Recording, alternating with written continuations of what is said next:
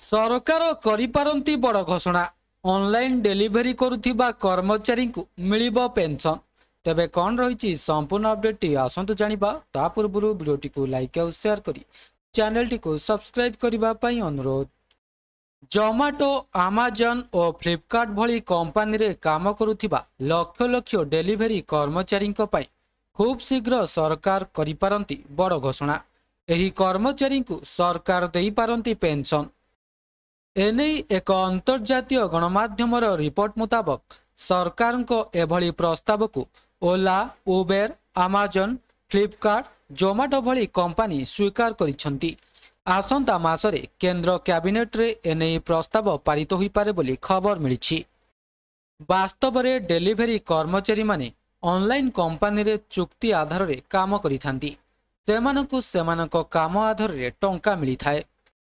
एथिरे freelancers, online सेवा देउथिबा कर्मचारी, कंटेंट क्रिएटर माने विभिन्न कंपनी सह जड़ित अछंती। एथिरे डेलीवरी काम करुथिबा कैब ड्राइवर मध्य शामिल अछंती। एभली कर्मचारी को पेंशन देबाकू अमेजन, जोमाटो भली कंपनी सहमति देबा सह एथिपई सेमाने एक निर्दिष्ट परिमाणर अर्थ देबाकू राजी होइछंती। कंपनी एभली कर्मचारी नाम रे थिबा ईपीएफओ खाता रे अर्थ जमा करिबो। एहा सह एही कर्मचारी पाखरे पेंशन पाइबा पई दुईटी विकल्प रहिबो। एठारे कहि रखुछु जे दीर्घ दिन एभली कर्मचारी को सामाजिक सुरक्षा देबाकू दाबी होई आसुथिला। चलित बजेट रे अर्थमंत्री निर्मला सीतारमण एभली कर्मचारी मानक पई स्वतंत्र प्लाटफॉर्म आरंभ करिबाकू कहिथिले।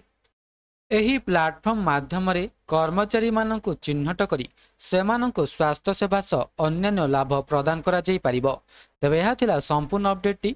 वीडियोटी भल लागिथिले वीडियोटी को लाइक करंतु, शेयर करंतु एवं चैनल टी को सब्सक्राइब करबा को भूलंतु नहीं। वीडियोटी को शेष पर्यंत देखिथिबारु आपनको बहुत बहुत धन्यवाद।